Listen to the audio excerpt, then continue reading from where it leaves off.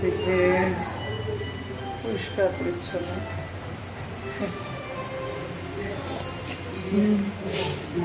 সিঁড়ি আমরা উপরে আছি, যে যাওয়া যায়।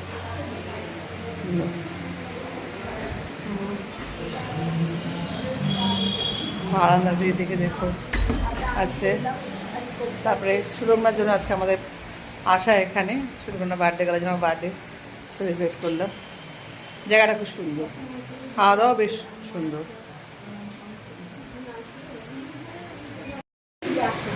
খুব ভালো লাগলো সুরমনার বার্থডেতে আমাদের এসে, কারণ খাওয়া দাওয়াটা এখানকার ভালোই আছে, ঠিকঠাক।